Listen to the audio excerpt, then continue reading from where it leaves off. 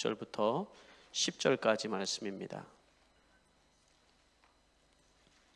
요한계시록 20장 1절부터 10절까지 말씀입니다.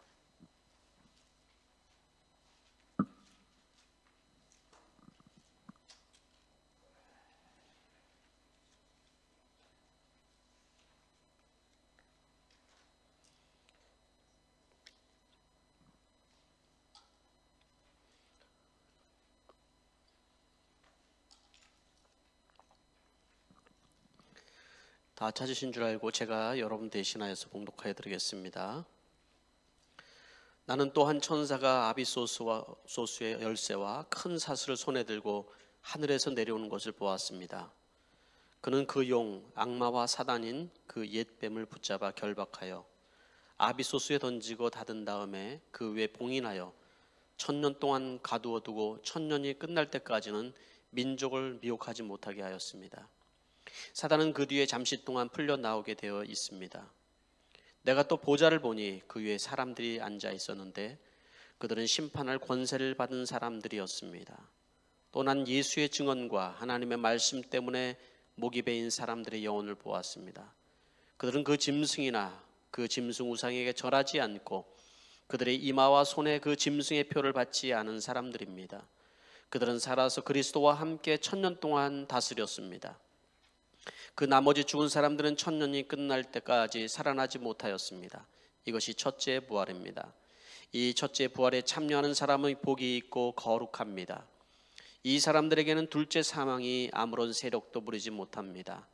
이 사람들은 하나님과 그리스도의 제사장이 되어서 1000년 동안 그와 함께 다스릴 것입니다. 1000년이 참에 사단이 그 옥에서 놓여 나와서 땅의 사방 백성 곧 곡과 마곡을 미혹하고 모아 싸움을 붙이니 그 수가 바다의 모래 같으리라. 그들이 지면에 널려 퍼져 성도들의 진과 사랑하는 성을 두르매 하늘에서 불이 내려와 그들을 태워버리고 또 그들을 미혹하는 마귀가 불과 유황못에 던지니 거기는 그 짐승과 거짓 선지자도 있어 세세토록 밤낮 괴로움을 받으리라. 아멘. 아멘. 예, 말씀에 은혜가 있는 줄 믿습니다. 잠시 기도하고 말씀을 듣도록 하겠습니다. 할렐루야. 하나님 아버지 은혜를 감사드립니다. 오늘도 이렇게 화창한 날씨와 또 우리가 예배하기 참 좋은 시간을 우리에게 허락하여 주셔서 사랑하는 성도들과 함께 예배하게 하시니 감사드립니다. 아버지 하나님, 전 세계에 많은 사람들이 하나님 앞에 예배하고 싶어도 예배할 수 없는 이때에 주님께서 긍휼히 여겨주셔서 어소속히 코로나가 종식되게 하여 주시고 마음껏 하나님을 예배하며 찬양하는 날이 오도록 주님 축복하여 주시옵소서.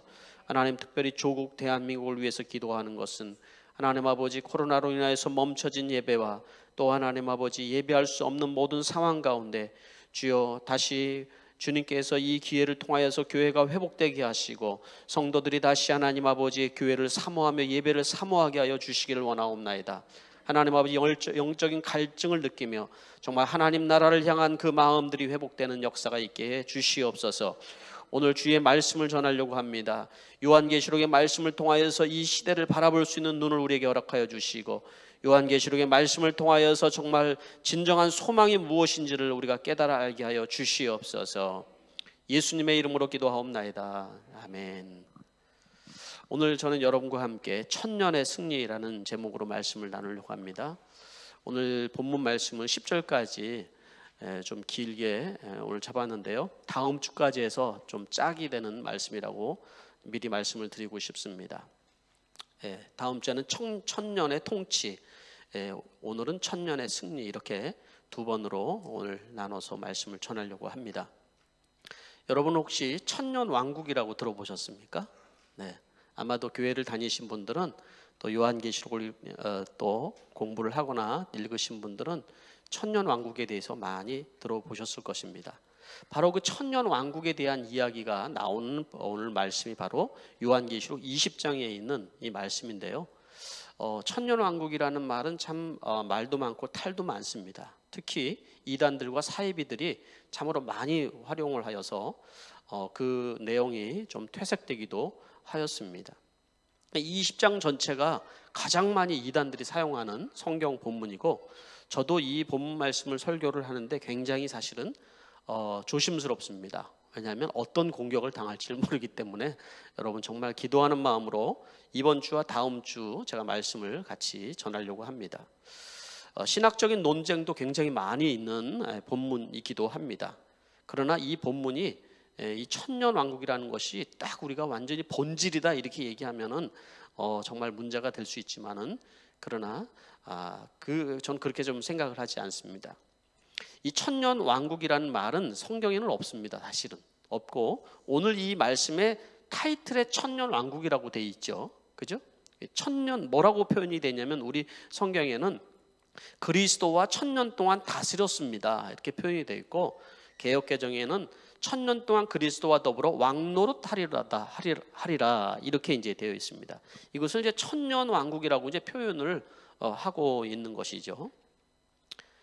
자, 여러분들에게는 좀 관심이 없을 수 있는데, 그래도 20장을 보는 눈을 여러분들에게 열어드리기 위해서 제가 이 천년왕국설에 대한 세 가지 해석을, 전통적인 세 가지 해설을 간단하게 좀 설명을 드리려고 합니다.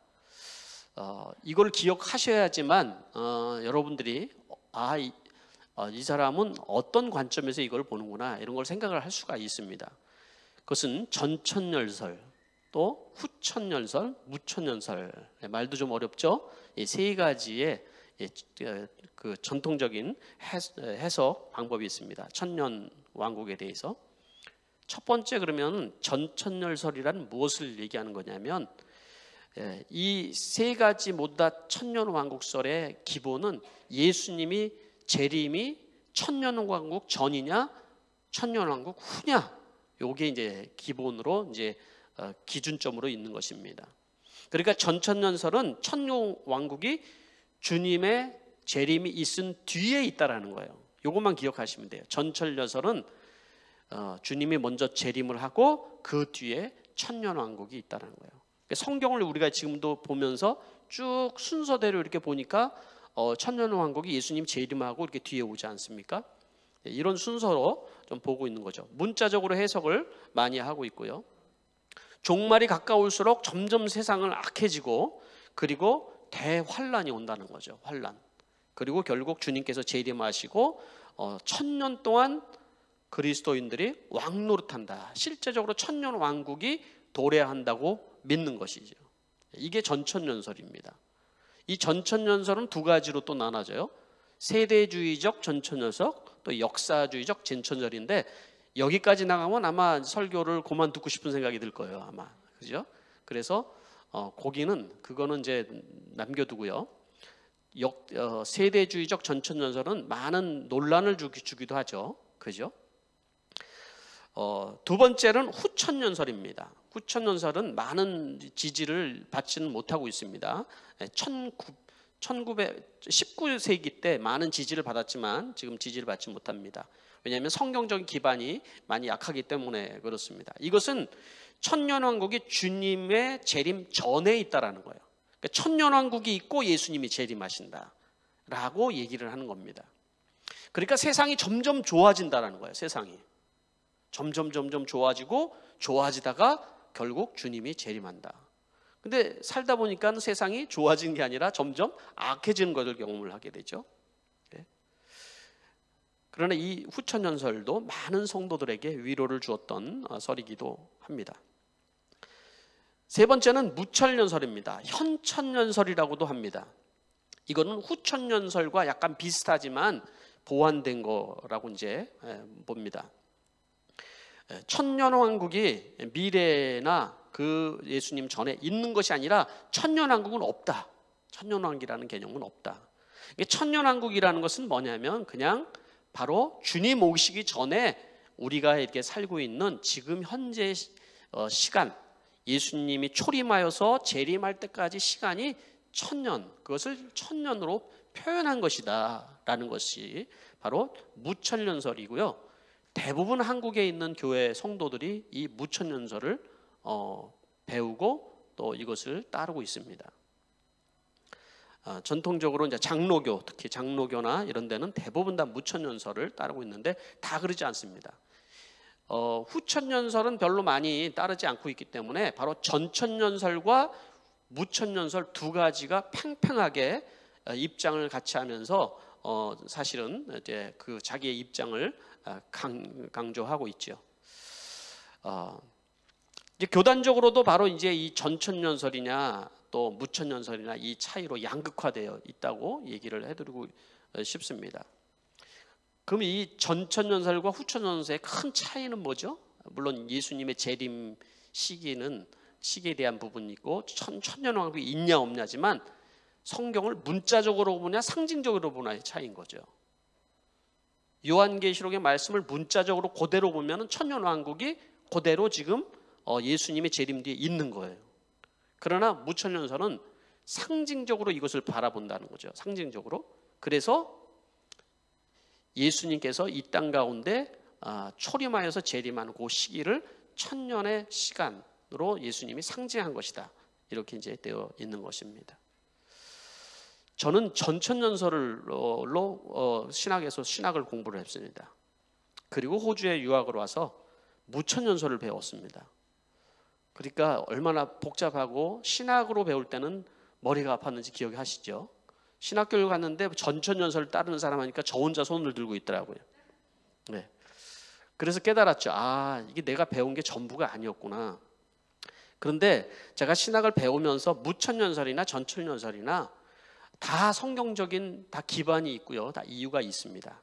근데 이것이 본질은 아니라는 생각을 했습니다.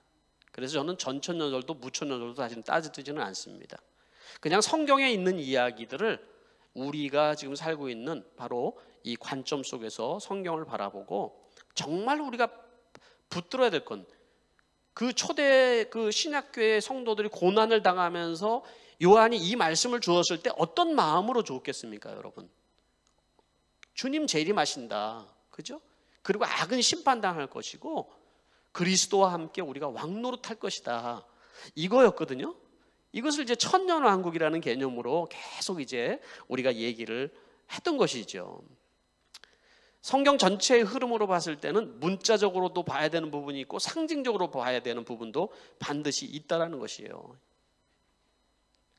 그래서 여러분 성경을 문자적으로 보면 안 됩니다. 이 말도 틀린 겁니다. 요한계시록에 있는 많은 부분들이 여러분 그대로 하나님의 말씀으로 우리가 이 문자에 기록된 것을 믿고 따르는 것은 성도들의 기본인 거예요. 그러나 어떤 부분에는 상징적으로 표현한 부분들이 있습니다. 또 예로 표현한 부분들도 있고요. 우리가 이해하기 편하게 그런 것을 상징으로 표현한 부분들이 있죠. 요한계시록에서 그런 부분들이 뭐가 있을까요? 14만 4천이라는 숫자가 그런 거죠. 14만 4천. 이 14만 4천을 문자적으로 보면 어떻게 돼요? 14만 4천 명만 구원받는 거예요, 이게. 그게 바로 이제 신천지서 하는 얘기잖아요. 그죠? 14만 4천 명만 구원받으면 어떻게 되겠습니까? 안 되죠. 그건 상징적인 숫자로 바라보는 거죠. 또 666이라는 숫자를 어떻게 바라봐야 될까요? 문자적으로 바라봐야 될까요? 상징적으로 바라보는 거죠. 그리스도를 대적하는 자. 문자적으로 보면 666이라는 숫자는 로마 황제를 가리킨 거거든요, 그게. 근데 문자적으로 보지 않고 그리스도를 대적하는 모든 세력을 가리키는 것이다. 이렇게 우리가 상징적으로 보는 겁니다. 그러면 천년이라는 숫자를 여기에서 문자적으로 볼까요? 상징적으로 볼까요?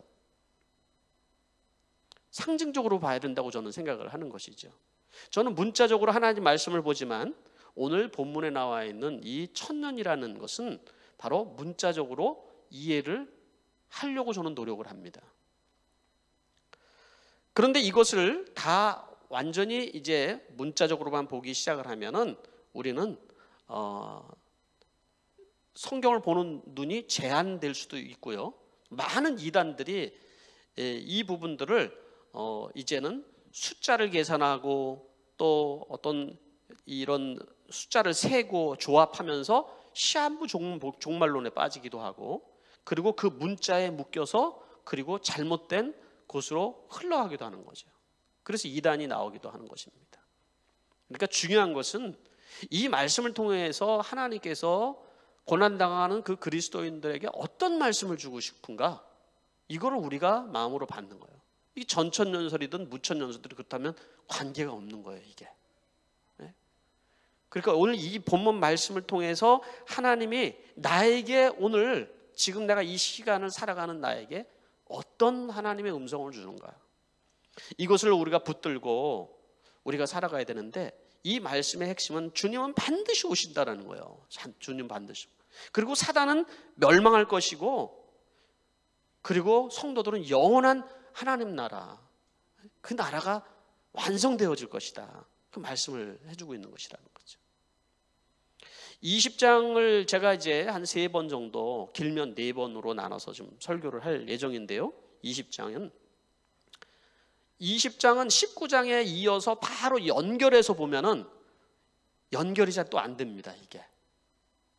그러면 이제 문자적으로 이제 봐야 되는 거죠. 그러니까 여러분들이 이렇게 생각하면 돼요. 컴퓨터를 열면은, 특히 저는 이제 맥을 사용을 하는데, 맥을 사용하다 보면은 윈도우 창을 하나를 딱 엽니다. 그러면은 다른 거를 작업하기 위해서 또 다른 창을 하나 더 열어서 보기도 합니다. 모니터를 하나 더 설치해서 보기도 하고요. 이렇게 봅니다. 그러니까 여러분 20장에 19장에서 윈도우 창을 하나 열었는데 20장에 또 하나의 창을 열었다 라고 생각하시면 더 쉽게 이해가 될 것이죠. 그래서 20장을 따로 놓고 또 우리가 한번 본다 그러면 더 쉽게 이해를 하는데, 그럼 이 1000년의 시간 동안에 사단은 어떻게 될 것인가? 이걸 우리에게 처음에 얘기를 해요. 그래서 오늘 제목은 1000년의 승리. 다음 주에는 그 1000년의 시간 동안에 그러면 성도들은 어떻게 됐냐? 쉽게 표현해서 1000년 왕국 기간 동안에 성도들은 어떻게 됐냐? 1000년의 통치. 성도들이 어떻게 통치하며 살아가는가? 그리고 마지막 심판은 어떻게 이루어지는가? 하나님의 백보자 심판, 그리고 생명록책, 이런 내용들이 사실은 굉장히 주옥 같은 내용들이에요. 우리의 신앙의 기본을 이루는 요한계시록에서 우리가 배우지 않으면 배울 수 없는 내용들이 여기에 많이 담겨져 있다는 것입니다. 자, 그럼 오늘 이제 우리가 사단의 최후는 어떻게 되었는지, 인류 최대의 원수인 이 사단의 최후를 성경에서 뭐라고 얘기하는? 지난주에는 악의 최후를 배웠잖아요. 그래서 짐승과 그리고 거짓 선지자들이, 그리고 그와 따르는 자들이 잡혔다라고 얘기하잖아요. 근데 인류 최대의 원수는 사단이죠. 그죠? 자, 1절 말씀을 한번 보도록 하겠습니다. 1절 말씀 보니까, 나는 또 한 천사가 아비소스의 열쇠와 큰 사슬을 손에 들고 하늘에서 내려오는 것을 보았습니다. 그는 그 2절, 그는 그 용 곧 악마와 사탄인 그 옛뱀을 붙잡아 결박하여 라고 되어 있습니다. 아비소스라는 말은 개역개정에는 무저갱이라고 표현됐죠. 무저갱. 적절한 표현이라고 생각합니다. 아비소스는 무슨 말인지 모르는데 무저갱 하면은 끝이 없는 구덩이 같은 거를 얘기를 하는 거잖아요. 그죠? 아비소스가 그런 뜻이에요. 아비소스. 그러니까 사단을 결박하기 위한 장소, 그것을 아비소스, 무저갱이다, 이렇게 표현을 했는데, 구멍이 끝이 없는 곳이다. 여러분 그렇게 이해를 하시면 됩니다. 악의 실체에 대해서 얘기를 해주고 있는데, 천사가 용을 잡으려고 그렇게 열쇠와 사슬을 가지고 하늘에서 내려왔다. 이미 이 사단은 전쟁에서 12장에서 패배했다고 그랬거든요. 이제 용을 잡으러 내려오는 거예요. 용. 그럼 이 용이 누군가? 용. 용은 그 뒤에 설명을 그대로 해주고 있습니다. 용은 곧 악마요 사단이라고도 하고 옛뱀이다, 이렇게 얘기를 했죠. 이미 해석이 다 됐으니까 해석이 따로 사실 있는 것이 아니에요. 그러니까 악의 기원에 대해서 얘기를 해주고 있는 거예요. 이 사단의 기원에 대해서. 이게 바로 옛뱀이다. 옛뱀. 동일한 것이다. 용이라는 것은. 용이 바로 사단이고 그게 바로 악마고 그렇다라는 것이죠. 근데 창세기에 보면은 그게 바로 그 뱀, 하와를 꼬였던 바로 그 옛뱀이 바로 바로 이제 사단이다. 우리는 그냥 창세기를 보면은 하와를 뱀이 꼬셨다라는 것처럼 느껴져요. 그냥 읽으면은. 뱀이 꼬셔가지고 뱀이 저주를 받아서 배로 기어다니는 걸로만 우리는 성경을 이해할 수 있는데, 사실은 그게 이 뱀, 이 사단을 상징화한 이 뱀이다라는 걸 얘기를, 뱀이 사단을 상징화한 거다, 형상화한 거다. 사람은 누구의 형상을 본받아 만들었다고요? 사람은 하나님의 형상. 그러니까 사단의 형상화로 표현하고 그렇게 이게 여기에서 나오는 것은 바로 옛뱀이라는 거예요. 옛뱀. 그래서 여자들이 굉장히 싫어하는 게 있잖아요. 그죠? 네? 이게 뱀의 정체성, 바로 그게 바로 악마요 사단이다. 그는 뭐라고 그랬냐면 계시록 12장 9절 말씀 보면 또 설명을 하고 있죠. 그 큰 용, 곧 그 옛뱀은 땅으로 내어 쫓겼습니다. 그 큰 용은 악마라고도 하고 사단이라고도 하는데 온 세계를 미혹하던 자입니다. 그 용의 부하들도 그와 함께 땅으로 내어 쫓겼습니다. 그렇게 표현했어요. 이거는 우리가 한번 배웠던 거예요. 그러니까 용의 부하들은 귀신들. 그렇게 이렇게 조직이 있는 거죠. 이렇게. 그죠? 그게 이제 땅으로 내어 쫓겼다라고 얘기를 하죠. 그래서 온 세계를 미혹하던 자다. 이들이. 그러니까 이 본질적으로 악의 그 실제적으로 그 밑에 귀신 속에 귀신에게도 또 짐승에게도 거짓 그리스도에게도 악한 사람들에게도 역사하는 그 실체는 바로 이 사단이다.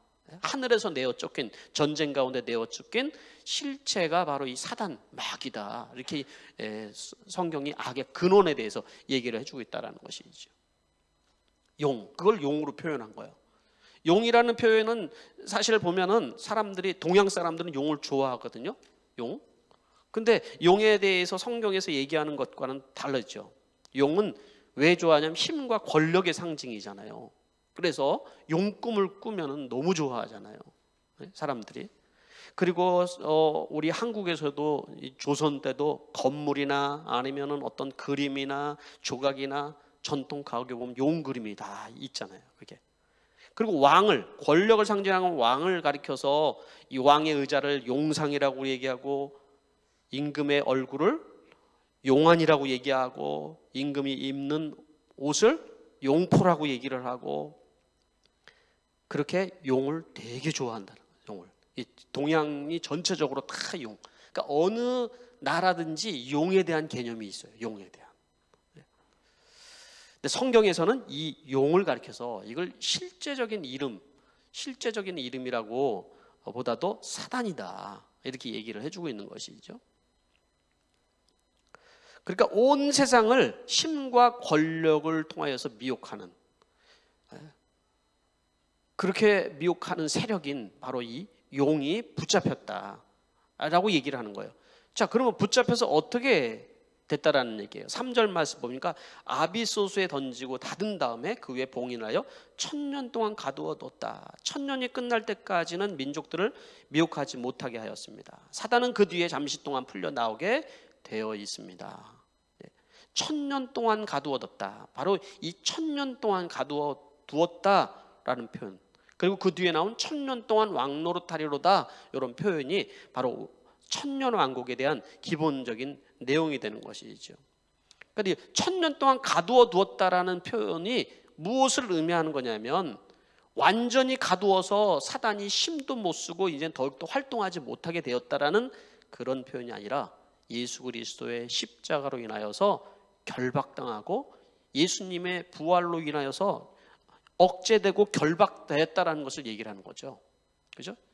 이미 여러분 예수님이 십자가에 죽으시고 부활하심으로 인해서 모든 죄를 여러분 죄의 문제나 사단의 세력을 꺾으신 사건이 바로 그 십자가의 사건이잖아요. 그걸 얘기를 해주고 있는 거잖아요. 그러니까 1000년이라는 것은 사단이 결박당한 기간인데 그 결박당한 기간을 바로 성도들에게는 이 기간이 어떤 기간이에요? 복음이 전해지는 기간이고 이 기간 동안은 성도들이 바로 은혜의 기간이 되는 것이고 사단이 결박당하여서 힘을 못 쓰니까 성도들이 그 땅끝까지 복음이 전해지는 그 시간이 될 수 있는 것이죠. 그러니까 예수님의 초림부터 재림까지를 이 1000년의 시간으로 바라볼 수 있는 것이 저는 타당하다는 생각을 좀 해봤습니다. 그러니까 성도들은 바로 이 기간 동안에 이 땅과 하늘에서 다스리는 거예요. 성도들은. 자, 이 말씀을 성경을 또 창세기로 좀 돌아가서 여러분 복잡하지만 보겠습니다. 왜 이것을 예수님이 오신 그 초림부터 재림까지를 천년의 시간으로 그 상징적으로 표현했냐면, 예수님께서 원시복이면 창세기 3장 15절 말씀에 보면은 여자의 자손이 바로 너의 머리 상하게 한다. 너의 머리는 그 사단의 머리죠. 뱀의 머리를 상하게 하고 너는 여자의 자손의 발꿈치를 상하게 한다를 얘기하죠. 이걸 뭘 얘기하는 거예요? 여자의 후손이라는 말은 예수 그리스도를 상징한다고 그랬죠. 히브리인들의 사고 속에서 여자의 후손이라는 말은 없어요. 남자에다 후손이지. 그건 여자를 통해서 태어날 바로 예수 그리스도를 상징한다. 여자의 머리를 상하게 한다. 이건 십자가의 죽으심을 상징하는 거고, 그런데 여자의 자손을 발꿈치를 상한다는 건 십자가의 죽으심을 얘기하고, 뱀의 머리를 상하게 한다는 것은 힘이 제압당하고 사단이 어떻게 됐다는 거예요? 결박당했다는 것을 얘기를 해주는 것이죠. 그래서 예수 그리스도의 바로 탄생과 십자가의 죽음으로 인하여서, 유다서 1장 6절 말씀에는 이렇게 얘기합니다. 또 그는 자기들의 통치 영역에 머물지 않고 그 거처를 떠난 천사들은 그 큰 날의 심판에 붙이려고 영원한 사슬에 매어서 어둠에 가두어 두셨습니다 라고 얘기를 하고 있죠. 사단을 가두어 두었다라고 얘기를 하고 있습니다. 근데 문제는, 우리에게 이게 질문은 뭐냐면, 지금 우리에게 사단이 활동하고 있는 것 같은데, 귀신의 역사도 있는 것 같은데, 어떻게 이 사단이 계속 미혹하고 유혹하고 그리고 고통이 있고 악이 존재하는데 사단이 결박당했다고 표현을 하는가라는 것, 이게 사실은 관점의 차이인 거죠. 그래서 결박당했다라는 것은 이 최후의 심판을 받은 것이 아니라 사단의 그 영향력이 이제는 제압당했다라는 것을 얘기를 하는 거죠. 완전히 사단의 힘을 쓰지 못하는 것이 아니라 최후의 심판을 기다리고 있는데, 여전히 사단은 힘을 쓰고 있어요. 영향력을 펼치고 있어요. 최후의 심판을 받지 않을 뿐이지, 그 힘이 이제 결박당했다라는 것을 얘기하는 거죠. 그러니까 사단이 결박당했어요.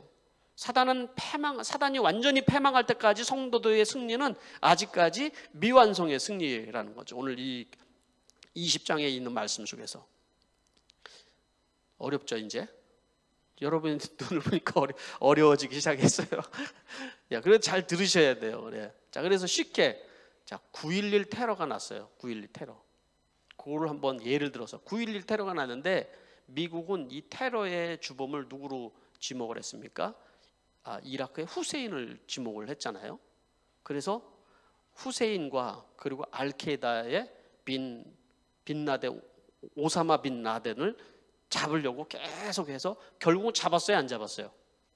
잡았죠. 후세인도 잡히고 오사마 빈 라덴도 잡았어요. 그러면은 이 우두머리가 잡혔으니까 모든 것이 소탕돼서 끝나야 되는데 여전히 뭐가 남아 있어요? IS도 남아있고, 여전히 테러는 계속 일어나고, 여전히 게릴라전이 전 세계적으로 계속 일어나고 있단 말이죠. 그죠? 바로 그거를 여러분 이해하시면 돼요. 사단은 결박당했지만은, 그러나 그 영향력은 아직 완전히 사단이 멸할 때까지, 마지막 심판 때까지 가두어뒀다고 그러죠. 완전히 멸할 때까지 그 영향력이 우리 안에 있다라는 거죠. 그래서 우리는 영적인 전쟁을 하며 살아가는 것이라는 거죠. 사단은 마지막 때에 이제 최후의 발악을 할 거라는 거예요. 최후의 발악을. 자, 그 이제 최후의 발악에 대한 이제 이야기가 오늘 이제 다음 주에 제가 4절부터 이제 제가 오늘 여러분들이 본 말씀 중에서 4절부터 6절까지는 다음 주에 제가 구체적으로 설명을 좀 하려고 합니다. 자, 그러면 이 말씀은 요한계시록의 당시 초대 교인들의 입장에서 우리가 살펴볼 필요가 있다고 말씀을 드렸어요. 고난을 당한 그 성도들, 그 성도들에게 이 말씀이 얼마나 큰 위로가 되었겠습니까? 그죠? 그들에게 주어지는 그 의미는 사단이 주는 그 핍박과 환난과 고통은 잠시뿐이지만, 그러나 하나님의 통치는 천년이고 그리고 영원하다는 것을 얘기해 주고 싶은 거잖아요. 그죠? 하나님의 통치가 영원하시다. 그 표현인 거예요. 천년이라는 말 자체는 엄청 긴 세월, 그걸 얘기를 하는 거죠. 그러니까 성도들은 예수 그리스도로 인하여서 이미 이 땅에서 천년의 시간들을 주님과 함께 통치하는 것이고, 그 통치는 예수님이 재림한 뒤에도 영원히 이어질 것이다. 그 주님의 재림을 기다리라고 얘기를 하는 거죠.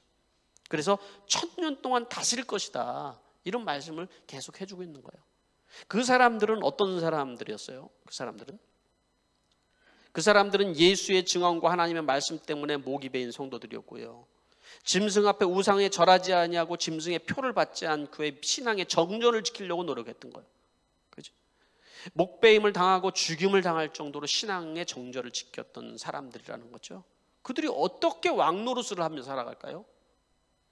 그렇죠. 이 땅에서 천년 왕국만 생각하면 답이 안 나오는데, 이미 그런 신앙의 정절을 지키며 하나님 나라에 간 사람들은 그 하나님 나라에서 천년에 하나님이 다시 재림할 때까지 왕노릇하는 시간을 가지게 되는 것이죠.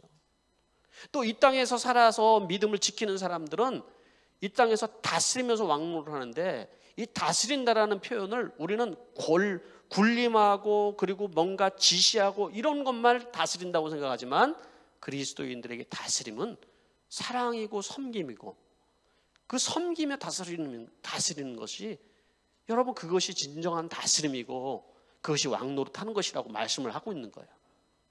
그러니까 우리는 이미 이 땅 가운데서 그리스도와 함께 왕노릇하는 자들이라, 이 말씀을 성경에서 얘기를 해주는 거죠. 안 그렇습니까, 여러분? 여러분들은 늘 당하고 늘 넘어지고 늘 시험 들고, 여러분 이렇게 사십니까? 아니면은 여러분 믿음으로 승리하십니까? 기도가 응답되어지고 하나님 앞에 나아갔을 때 영적으로 내가 무너질 수 있는 상황에서도 하나님의 도우심으로, 주님의 도우심으로 일어나고 힘을 내고 하는 것은 주님과 함께 다스리는 시간이라는 거죠, 여러분. 그런 믿음의 눈으로 여러분 이것을 바라볼 수 있어야 된다고 얘기를 해주는 것입니다.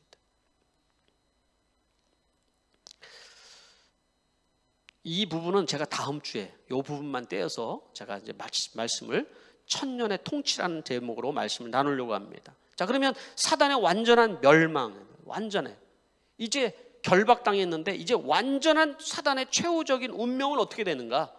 최후의 운명은 7절 말씀부터 보면 되죠. 7절 말씀에 천년이 끝나면 사단은 옥에서 풀려난대요. 이 옥, 땅의 사방에 있는 민족들, 곧 곡과 마곡을 미혹하려고 나아갈 것입니다. 그리고 전쟁을 하려고 그들을 모을 것인데 그들의 수는 바다의 모래와 같을 것이다 그랬습니다. 천년이 끝나면은 잠시 풀려난다. 3절 말씀에도 뭐요? 사단이 잠시 풀려나게 될 것이다 라고 얘기를 해주고 있죠. 그렇죠? 그리고 땅에 있는 민족들을 사방에서 모은다. 곡과 마곡을 미혹하여서. 곡과 마곡이라는 것은 어떤 지명과 사람을 꼭 얘기하기보다는 무엇을 얘기를 하고 있을까요? 하나님을 대적하고, 사단에게 미혹당해서 하나님을 대적하는 권세나 사람이나 사상이나 종교나 모든 것을 다 지칭하는 것이라고 우리가 이해를 해야 되는 것입니다. 이 곡과 마곡의 전쟁은 앞에서 얘기하는 아마겟돈 전쟁하고 같은 전쟁이라는 것이죠. 같은 전쟁. 그 영적인 전쟁, 최후의 주님께서 이제 사단을 심판하시기 전에 있는 전쟁이라는 거예요. 왜 그런데 용을 잠시 동안 놓아줄까요? 이 말씀을 보면 뭐냐면 마지막 심판을 위해서 그런 거예요. 마지막 심판을 위해서, 마지막 그 사단의 세력의 완전한 심판을 위해서 잠시 옥에서 풀려나게 되는데, 그때는 성도들에게는 어떤 시간이 되겠습니까? 환난의 시간인 거예요. 이게 환난의 시간, 잠시 동안에. 그래서 이것을 우리가 요한계시록을 다시 앞쪽으로 잠깐 당겨서 보게 되면 많은 환난과 어려움이 이 세상에 있는 거죠.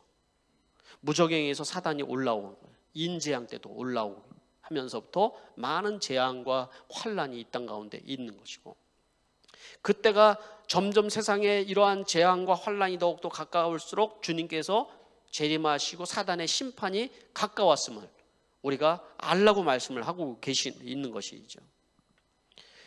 이 사단은 마지막에 9절 말씀 보니까 그들은 지면으로 올라와서 성도들의 진과 하나님께서 사랑한 도시를 둘러쌌습니다. 그러나 하늘에서 불이 내려와서 그들을 삼켜버렸다라는 거예요. 그러니까 성도들의 진과 하나님을 사랑하는 도시, 성도들의 진은 뭐고 하나님께서 사랑하는 도시는 뭐예요? 그거는 진은 구약시대에 성소를 중심으로 지어졌던 텐트를 얘기하는 거예요. 진이라고 얘기를 하죠. 그렇죠? 공동체를 얘기를 하는 거죠.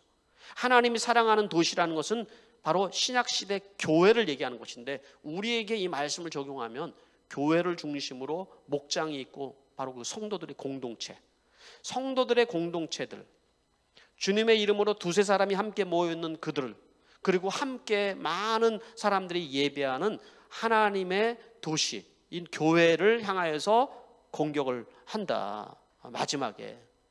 그러니까 마지막에 얼마나 성도들과 교회가 환난을 당할 건지 여러분, 우리는 여기서 우리가 감을 잡을 수가 있죠. 얼마나 교회가, 여러분 그런 시대를 우리가 살고 있다고 생각이 들지 않으세요? 지금 얼마나 많은 교회가 여러분 시련과 환난 가운데 있습니까? 전 세계가 코로나로 인하여서 생긴 특징 중에 하나가, 이제 마음대로 정부가 바로 그 통제할 수 있는 시대가 열렸다라는 것이죠. 얼마든지 모이지 못하게 할 수 있는 시대.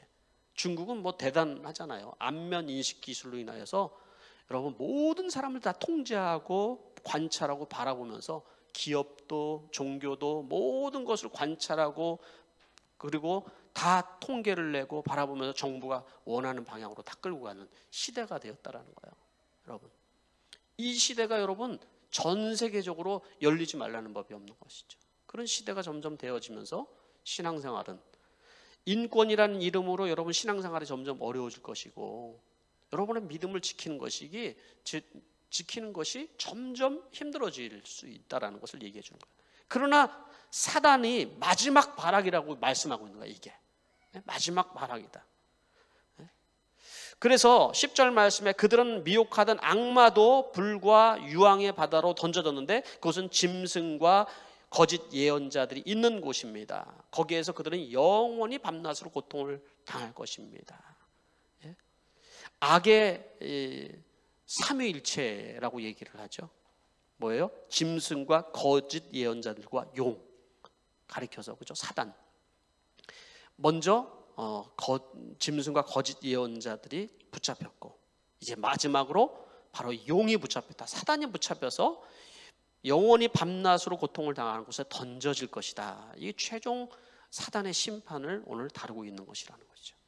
이미 예정되어 있다라는 거예요. 이게 성경에서 앞으로 사단의 운명이 어떻게 되어질 것인지, 이 말씀을 통해서 우리에게 주시는 여러분들에게 적용하고 싶은 말씀은 뭘까요? 오늘을 살아가는 오늘의 시점에서 우리는 여러분 이 말씀이 나에게 적용이 돼야 된다고 생각합니다. 그렇죠? 미래에 되어질 일이라고만 생각할 것이 아니라 지금 내가 살아가는 이 시간, 내 일상의 삶 속에서 나는 어떤 시간들을 보내야 될까? 일상의 영적인 전쟁을 우리가 의식하며 살아야 된다고 생각을 합니다. 일상에. 사단의 활동은 완전히 멸망한 것이 아니라 제한된 상태이기 때문에 우리는 여전히 영적인 사단의 영향력 아래에 있다는 것이죠. 하나님께서는 이 땅에 살아가면서 우리가 너희는 먹든지 마시든지 무엇을 하든지 하나님의 영광을 위해서 해라, 우리에게 이렇게 말씀을 해주고 있습니다. 그러니까 여러분, 우리가 예배드리고 기도하고 이렇게 사는 것만 여러분 영적 전쟁에 속한 이야기가 아니라, 여러분들이 먹고 마시고 그리고 TV 보고 컴퓨터를 하고 모든 것들이 다, 이런 모든 일상들이 다 영적인 바로 전쟁에 속한 이야기일 수 있다는 거죠. 영적인 전쟁의 승리에서 예배당에 나왔다, 이게 영적 전쟁의 전부가 아니라는 거죠. 내가 집에서 있는 모든 순간, 관계하는 시간, 연애하는 것, 공부하는 것, 잠자는 것, 모든 것이 다 영적인 전쟁과 관계가 있고 우리가 그 사단의 영향력 아래에서 우리가 살아갈 수 있다는 것을 얘기합니다. 그래서 이 영적인 전쟁은 하나님의 영광과 관계가 된 거예요. 내가 하나님의 영광을 위해 살아갈 것인가? 아니면 늘 사단에게 미혹당하고 사단에게 넘어지면서 그렇게 살아갈 것인가? 두 번째는 일상에서 여러분 사탄을 우리가 결박하면서 그래서 살아야 된다는 거죠. 나의 삶 속에서 사탄을 결박하며 살아야 된다는 거죠. 이번 주에 저는 묵상하는 중에 마태복음을 계속 묵상하지 않습니까? 얼마나 묵상을 하는 것이 내 삶의 영적 전쟁에 승리를 주는지를 깨닫게 되는 주간이었습니다. 이번 주에 제가 올렸던 묵상 중에서는 예수님이 제자를 부르시고 제자들에게 권능을 주셨다는 이 말씀이었어요. 이 새벽에 이 말씀을 듣는데 하나님께서 제자들을 보낼 때 권능을 주셨는데 귀신을 내어 쫓고 질병을 고치고 허약한 자를 고치도록 하셨다. 예수님이 하신가? 고치도록 하셨다. 이 말씀을 줄 거거든요. 신앙생활이라는 것은 머리로 듣고 이론으로 하는 것이 신앙생활이 아니라 내 삶의 현장 속에서 지금 귀신을 내어 쫓고 병든 것을 고치고 연약한 것을 일으켜 세우는 것이 바로 신앙생활이구나. 그런 마음을 주셨습니다. 내가 예수를 믿으면서 내 삶 속에서 아무런 영향력도 없고 아무런 그냥 느낌도 없이 신앙적인 어떤 것이 없이 그냥 내 감정이 사단이 요동치는 대로 움직이고 사단이 나에게 충동질하는 대로 말하고 이렇게 살아가는 것이 영적인 패배구나. 사단의 영향력 아래 살아가는 거구나. 그리고 내 안에 사단이 영향력을 끼치는 세 가지의 통로를 제가 묵상을 하게 됐어요. 세 가지 통로를. 이 말씀을 준비를 하면서. 그것은 사단이 계속적인 영향력을 미칠 수밖에 없는 세 가지 통로가 회개치 않는 죄예요. 회개치 않는 죄. 또 두 번째는 바로 연약한 우리 감정이고요. 감정들. 세 번째는 자아중심적 마음과 생각. 첫 번째 회개치 않은 이 죄악이라는 것을 어떻게 우리가 여러분 영적 전쟁에서 여러분 이길 수 있을까요? 회개치 않는 것은 당연히 사단은 우리의 그 연약한 부분을 너무 잘 알죠. 우리의 죄를 너무나도 잘 알아서 우리는 늘 넘어지는 죄에 넘어지게 만들거든요. 내가 내 죄를 볼 수 있어야 돼요. 뭘로? 예수 그리스도의 십자가로 내 죄를 볼 수 있어야지만 우리가 주님과 함께 다스리는 삶을 살아가는 거죠. 내 죄를 바라봐야 된다. 그러니까 십자가로 내가 죽어주지 않으면은 십자가를 묵상하면서 내 죄에 대해서 내가 죽었구나라는 것을 내가 묵상하지 않으면 내 죄를 볼 수가 없는 것입니다. 우리는 내 죄를 볼 수 있어야 돼요. 이게 사단을 이기는, 사단이 자꾸 나의 죄로 통로로 나를 넘어뜨리게 하는 이 죄를 보게 하는, 그래서 이기게 하는 비결이라는 것이죠. 십자가의 죽음으로 사단을 그래서 우리는 결박하는 것입니다. 두 번째 연약한 감정이라고 그랬는데 말씀을 보면서 저희 감정을 하나씩 제가 그때 생기는 감정들을 한번 기록을 해보기 시작을 했어요. 내 감정. 아침에 다르고 점심에 다르고 저녁에 다르고 어제 다르고 오늘 다른 나의 감정. 이 감정들 속에서 사단이 역사하는 것을 경험을 합니다. 그렇지 않아요, 여러분? 근데 그것을 인식하지 못하면 우리는 오늘 제가 여러분들에게 칼럼을 여기 올려서 있는 것처럼 우리는 감정을 잘 표현하면서 살아야 되는데 감정의 지배를 당하며 살아요. 감정의 지배를. 그게 얼마나 여러분 우리를 패배 가운데 몰아넣는지 모른다는 것이죠. 우리는 감정의 지배를 받는 것이 아니라 성령의 지배를 받아야 된다는 거죠. 나에게 분명히 이 연약한 감정은 분명히 나를 넘어뜨립니다. 그런데 여러분 그대로 여러분 살 수는 없다라는 거죠. 그 감정에, 그 우울한 감정으로 내가 한번 넘어지면 모두 함께 다 넘어지고 하는 이런 감정들이 내 안에 있는데 어떻게 이 성령의 지배를 받으면 살아갈까? 이 연약한 감정들을 말씀 속에서 기록을 해보고 말씀 속에서 어떻게 일어날 것인가? 누군가 미워하는 감정이 생겼어요. 성경은 뭐라고 얘기를 하나요? 가서 용서하고 축복하라고 말씀을 하잖아요. 그렇죠? 그래서 이 성령이 이끄는 대로 내가 의지적으로 그것을 순종하고 나갈 때 이 감정을 이기는 거더라고요. 그게. 세 번째는 자아중심적 마음과 생각인데 예레미야에서도 얘기할 것처럼 만물보다 더 거짓되고 이 부패한 것이 사람의 마음이라고 그랬거든요. 이 마음이 얼마나 우리의 마음이 본성적으로 그 마음이 부패했는지를 우리가 알아야 된다는 것이죠. 그래서 하나님 중심적인 삶을 살기가 어려운 이 마음, 이 마음에 바로 나 중심으로 살아가려고 하는 이 마음을 우리는 하나님이 중심이 된 삶으로 우리가 바뀌어나가는 것, 그게 여러분 신앙생활이고, 그걸 의지적으로 우리가 노력하면서 나 중심이 아닌 하나님의 중심으로 자꾸 생각하면서 말씀을 묵상하고 여러분 오늘 하루를 승리하는 것, 그게 주님과 다스리는 여러분 천년의 시간이 되어야 된다는 것입니다. 여러분, 말씀을 맺히도록 하겠습니다. 분명히 여러분, 우리는 믿음으로 승리할 것이고 사단은 패배할 것입니다. 여러분들 승리할 것입니다. 주님이 우리와 함께 하시는 것을 우리가 믿음으로 날마다 선포하면서 일어나는 여러분 되시기를 바랍니다. 기도하겠습니다. 오늘 결단과 헌신의 기도 두 가지만 여러분 같이 한번 우리가 기도했으면 좋겠습니다. 첫 번째는 우리의 일상의 영적 전쟁에서 승리하는 삶을 위해서 기도했으면 좋겠습니다. 일상의 삶이 중요합니다. 여러분, 교회당에 왔을 때는 정말 승리한 삶의 모습인 것처럼 보이지만, 그러나 여러분, 내가 살아가는 그 삶의 현장 속에서 주님이 함께 하시는 삶을 살아야 되거든요.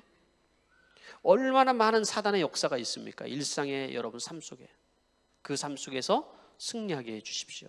두 번째는 사단의 영향력을 결박할 권능을 나에게 허락하여 주십시오. 회개치 않는 마음이나 연약한 감정이나 자아중심적 사고를 내려놓고 예수님께서 귀신을 내어쫓으며 사단을 결박할 능력을 우리에게 주셨다고 말씀하셨는데, 주님 그 믿음을 가지고 주님과 함께 동행하며 살아가게 하여 주시옵소서. 우리 함께 잠시 우리가 성령의 음성을 들으며 기도하며 나가겠습니다. 기도하겠습니다.